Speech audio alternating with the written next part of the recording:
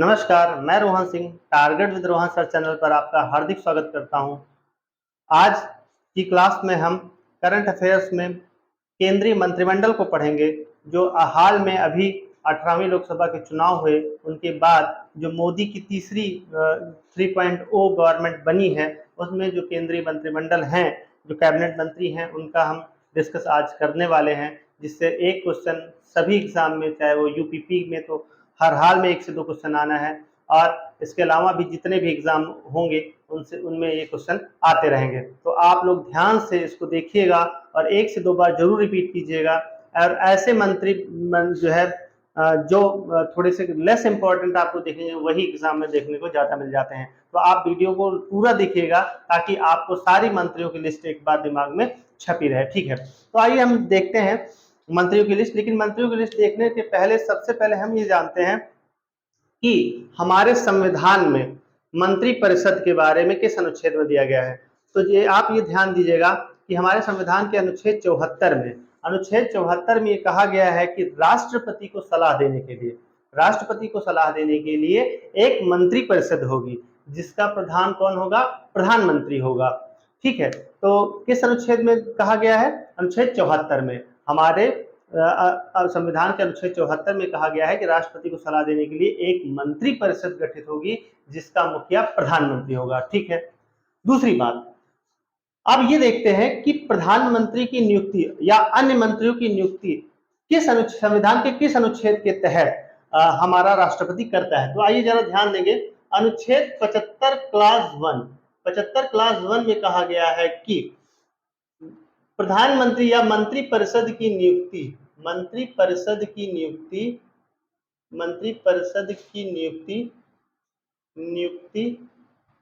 राष्ट्रपति करेगा। कौन करेगा?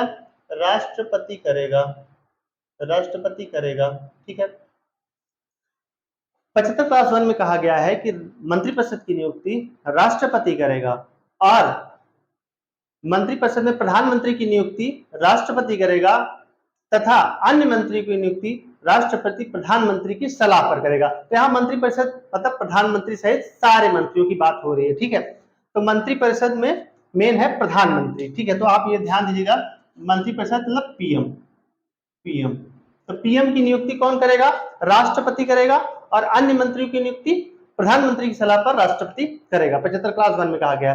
ठीक है, 75 क्लास 1 में एक खंड और जोड़कर, खंड 1 खा जोड़कर ये नियुक्ति की गई है कि जैसे 75 क्लास 1 है तो उसमें खंड खा जोड़कर ये प्रावधान किया गया है कि लोकसभा की कुल सदस्य संख्या का 15%, कितना? आपसे ये क्वेश्चन संविधान में, ये क्वेश्चन अक्सर पूछ लेता है एग्जाम में, आप ध्यान दीजिएगा कि लोकसभा की कुल सदस्य संख्या का 15% प्रधानमंत्री सहित मंत्री बनाए जाएंगे। ठीक है, तो कुल 15% मंत्री ही होंगे जिनमें प्रधानमंत्री भी इंक्लूड होगा। तो आप ये तीनों चीजों को ध्यान दीजिएगा। ठीक है, अगला एक अनुच्छेद और ध्यान दीजिएगा। 75 क्लास 3 में यह कहा गया है कि मंत्री परिषद लोकसभा के प्रति उत्तरदायी होगी। मतलब जब तक लोकसभा सत्र में है तब तक ही मंत्री परिषद का अस्तित्व होगा। जिस दिन लोकसभा विघटित होती है, मंत्री परिषद का अस्तित्व समाप्त हो जाता है। ठीक है, तो आप ये चीज ध्यान दीजिएगा, ये तीनों अनुच्छेद बिल्कुल ध्यान दीजिएगा। अनुच्छेद 74 जो ये पूछता है, क्योंकि आपसे इस टॉपिक से रिलेटेड संविधान के क्वेश्चन पूछे जा सकते हैं, इसलिए मैं इसको डिस्कस कर दे रहा हूं। अभी तो मैं संविधान में पढ़ाऊंगा ही, लेकिन आप यहाँ ये ध्यान दीजिएगा कि अनुच्छेद 74 में ही मंत्री परिषद की नियुक्ति के बारे में है, जो है क्या बोलते हैं, अनुच्छेद 74 में कहा गया है कि राष्ट्रपति की सलाह के लिए एक मंत्री परिषद होगी, जिसका प्रधान कौन होगा? प्रधानमंत्री होगा।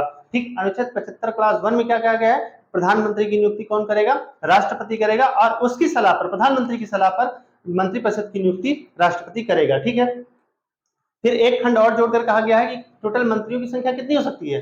तो 15%। आप जरा ध्यान दीजिएगा, आपके यहाँ आपके लोकसभा में सदस्यों की संख्या कितनी है? 543। कितने सदस्य हैं? 543। 543 का 15% अगर आप निकालेंगे तो 81 मंत्री आते हैं। कितने मंत्री आते हैं? 81। प्रधानमंत्री सहित कितने? 81 मंत्रियों की नियुक्ति हो सकती है। तो जिनमें अभी कुल कितने मंत्री नियुक्त किए गए हैं? 72 नियुक्त किए गए हैं, मतलब 9 सीट अभी खाली है। ठीक, आप चलते हैं आगे। हाल ही में बनी केंद्र सरकार में 30 कैबिनेट मंत्री हैं। कितने कैबिनेट मंत्री हैं? ध्यान दीजिएगा, कैबिनेट मंत्री कितने हैं? 30 कैबिनेट मिनिस्टर है, 5 राज्य मंत्री स्वतंत्र प्रभार। जरा ध्यान दीजिएगा, राज्य मंत्री स्वतंत्र प्रभार क्या होता है? देखिए, ऐसे मंत्री जिनको कैबिनेट मंत्री का दर्जा नहीं दिया जाता है, लेकिन उनके ऊपर कोई कैबिनेट मंत्री नहीं होता है, ठीक है, उनके ऊपर कैबिनेट मंत्री नहीं होता है, तो वो राज्य मंत्री स्वतंत्र प्रभार होते हैं। मतलब ये राज्य मंत्री जो हैं, इनके ऊपर कोई कैबिनेट मिनिस्टर नहीं है, ठीक है। इसके अलावा राज्य मंत्री समेत कुल जो है 72 मंत्री बनाए गए। कितने? 36 राज्य मंत्री हैं।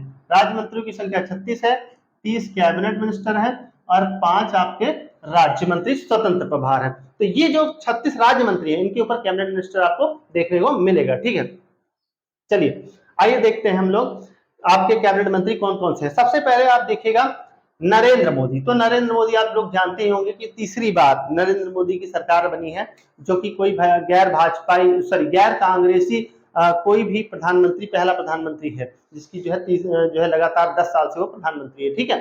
तो नरेंद्र मोदी प्रधानमंत्री हैं। प्रधानमंत्री पद के साथ साथ इनको कार्मिक और लोक सेवा विभाग भी दिया गया है, पेंशन विभाग भी दिया गया है, परमाणु ऊर्जा विभाग भी दिया गया है, अंतरिक्ष भी विभाग दिया गया है, और इसके अलावा वे विभाग जो किसी मंत्री को आवंटित नहीं है, वो सारे के सारे विभाग नरेंद्र मोदी जी को दिए गए हैं, ठीक है। आगे चलते हैं।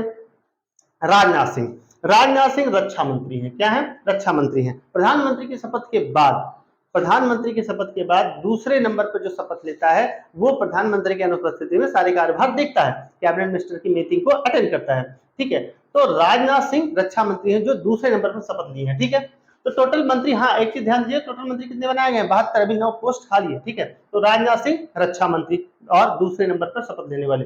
अमित शाह को गृह मंत्री बनाया गया फिर से एक बार। पिछली सरकार में भी आपने देखा था रक्षा मंत्री राजनाथ सिंह ही थे और अमित शाह गृह मंत्री थे, तो उनको फिर से वही विभाग दे दिया गया है। और इसके साथ साथ सहकारिता मंत्री भी अमित शाह को बनाया गया है।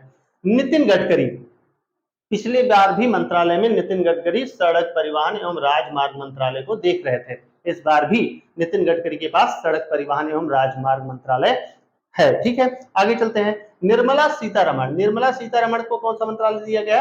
वित्त एवं कारपोरेट। पिछले बार भी निर्मला सीतारमण जी को वित्त मंत्रालय मिला था, इस बार भी उनको कौन सा मंत्रालय मिला है? वित्त एवं कारपोरेट मंत्रालय। एस जयशंकर पिछले बार भी विदेश मंत्री थे और इस बार भी विदेश मंत्री हैं। इनके पहले 2014 में कौन विदेश मंत्री था? सुषमा स्वराज जी थी, ठीक है। पिछली बार कौन थे?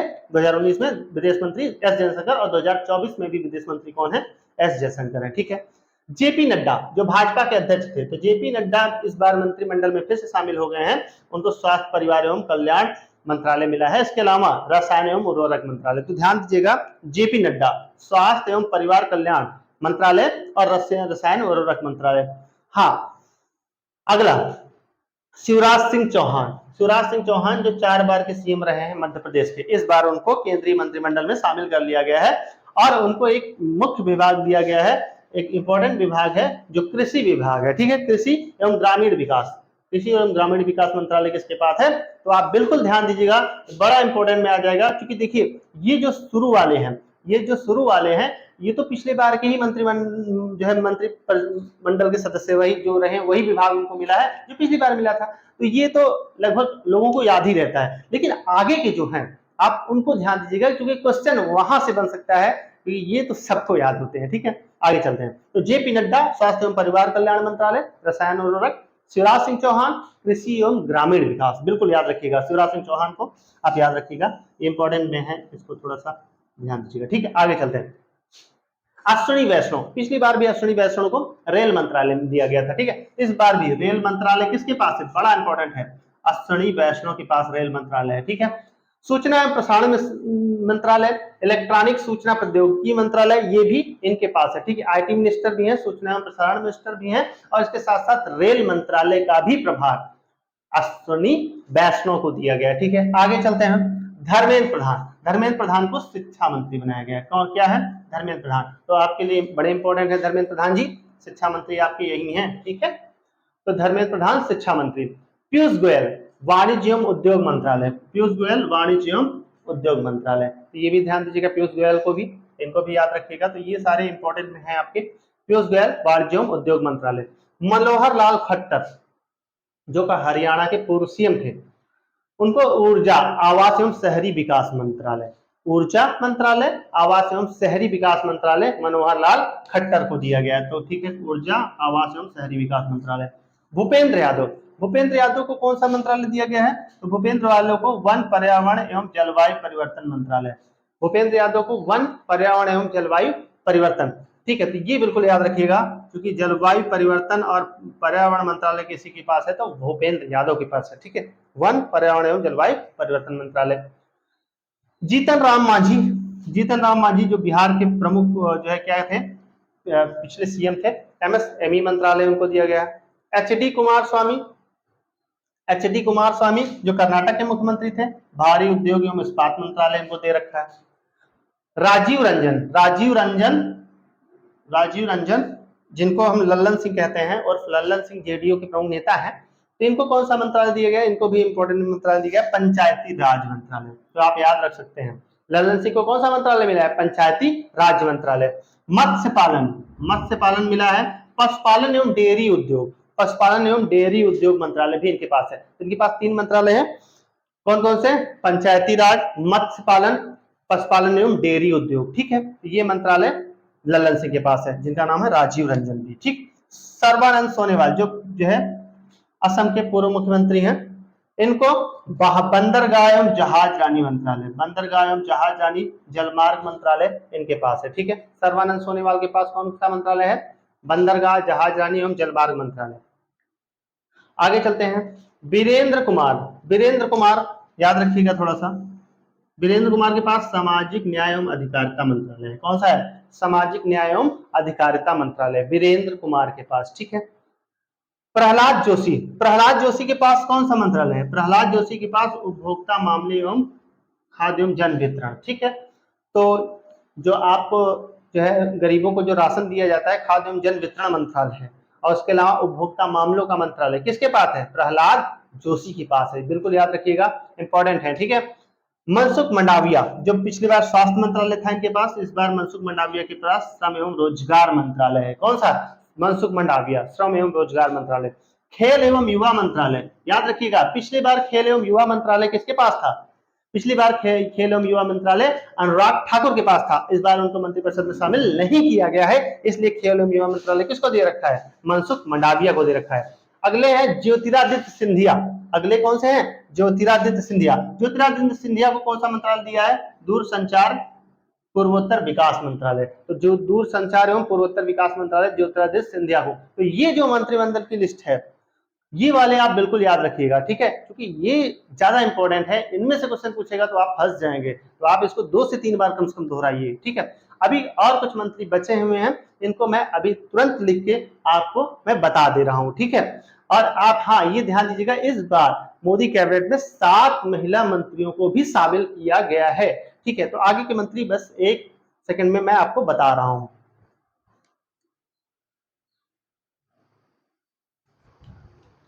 हाँ देखिएगा आप आगे। ठीक है, तो वहां तक आपने देखा था, इसके आगे देख लीजिएगा। सी आर पाटिल, तो पिछली बार मैंने लिखा था लेकिन बताया नहीं था, सी आर पाटिल को जल शक्ति मंत्रालय दिया गया है। सी आर पाटिल, जल शक्ति मंत्रालय। ठीक है, राम मोहन नायडू जो चंद्रबाबू नायडू के पुत्र हैं, जो आंध्र प्रदेश के अभी हाल फिलहाल में सीएम बने हैं, राम मोहन नायडू। ठीक है, कल ही शपथ ग्रहण लिया उन्होंने। तो राम मोहन नायडू उनके पुत्र हैं, इनको नागरिक उड्डयन मंत्रालय दिया गया, जो पिछली बार ज्योतिरादित्य सिंधिया के पास था, नागरिक उड्डयन मंत्रालय। जुएल उरांव, जुएल उरांव, जुएल उरांव को कौन सा मंत्रालय दिया गया है? आदिवासी मंत्रालय दिया गया है। जुएल उरांव के पास कौन सा मंत्रालय है? आदिवासी मंत्रालय है। गजेंद्र सिंह शेखावत, पिछली बार जल शक्ति मंत्रालय इनके पास था, सी आर पाटिल के पास जो इस बार है, पिछले बार इनके पास था गजेंद्र सिंह शेखावत, इस बार इनको पर्यटन एवं सांस्कृतिक मंत्रालय दिया गया है, पर्यटन एवं संस्कृति मंत्रालय। अन्नपूर्णा देवी, अन्नपूर्णा देवी महिला एवं बाल विकास मंत्रालय, महिला एवं बाल विकास मंत्रालय अन्नपूर्णा देवी के पास है, जो पिछले सरकार में उनके पास था स्मृति ईरानी की, इस बार उनको मंत्री नहीं बनाया गया है। ठीक है, किरण रिजिजू, किरण रिजिजू को ध्यान दीजिएगा, अल्पसंख्यक मंत्रालय, बड़ा इंपॉर्टेंट है। अल्पसंख्यक मंत्रालय किसके पास है? किरण रिजिजू के पास है। और संसदीय कार्य मंत्रालय भी इनके पास है, जो पिछली बार संसदीय कार्य मंत्रालय प्रहलाद जोशी के पास था, इस बार इनके पास है। हरदीप सिंह पुरी, हरदीप सिंह पुरी पेट्रोलियम मंत्रालय है। ठीक है, पेट्रोलियम प्राकृतिक गैस, पेट्रोलियम और प्राकृतिक गैस मंत्रालय किसके पास है? पेट्रोलियम और प्राकृतिक गैस मंत्रालय हरदीप सिंह पुरी के पास है। जी किशन रेड्डी, तो जी किशन रेड्डी, ध्यान दीजिएगा, इनको मैं ठीक से लिख देता हूं। जी किशन रेड्डी, जी किशन रेड्डी के पास कौन सा मंत्रालय है? कोयला एवं खनन विभाग। ये बड़ा इंपॉर्टेंट है, ध्यान दीजिएगा। कोयला एवं खनन विभाग मंत्रालय जी किशन रेड्डी के पास है। चिराग पासवान, चिराग पासवान के पास कौन सा मंत्रालय है? तो खाद्य प्रसंस्करण उद्योग है।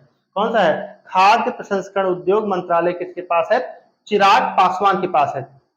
जी किशन रेड्डी को ध्यान दीजिएगा, कोयला एवं खनन मंत्रालय है। ठीक है, इन महिलाओं को, आप उन दो महिला कैबिनेट मंत्रियों को याद रखिएगा जो इस बार की जो है कैबिनेट में है। एक है आपकी अन्नपूर्णा देवी, अन्नपूर्णा देवी को कौन सा मंत्रालय मिला है? महिला एवं बाल विकास मंत्रालय, जो पिछली बार मेनका गांधी के पास था। तो एक महिला मंत्री ये है कैबिनेट मंत्री, और दूसरी है निर्मला सीतारमण जी। निर्मला सीतारमण को वित्त एवं कारपोरेट विभाग दिया गया। तो आप दो महिला कैबिनेट मंत्रियों को इस बार याद रखिएगा, ये आपसे पूछे जा सकते हैं। इसके अलावा 5 राज्य मंत्री हैं, 5 महिला राज्य मंत्री हैं। कुल महिलाओं की संख्या मोदी कैबिनेट में 7 इस बार रखी गई है। ठीक है, इस वीडियो का आप जो है स्क्रीनशॉट ले लीजिए और इसको 1 से 2 बार जरूर पढ़िएगा, जिससे कि आपको जो है ये चीजें याद हो जाए। और इनमें से जो ये लेस इंपॉर्टेंट आपको दिखते हैं, इनमें से क्वेश्चन जरूर आएंगे, आप वीडियो को देख के याद कर लीजिएगा। ठीक है, फिर मिलते हैं नेक्स्ट वीडियो में, और हमारे चैनल को सब्सक्राइब कीजिएगा, आप कमेंट भी करते रहा कीजिए। नमस्कार।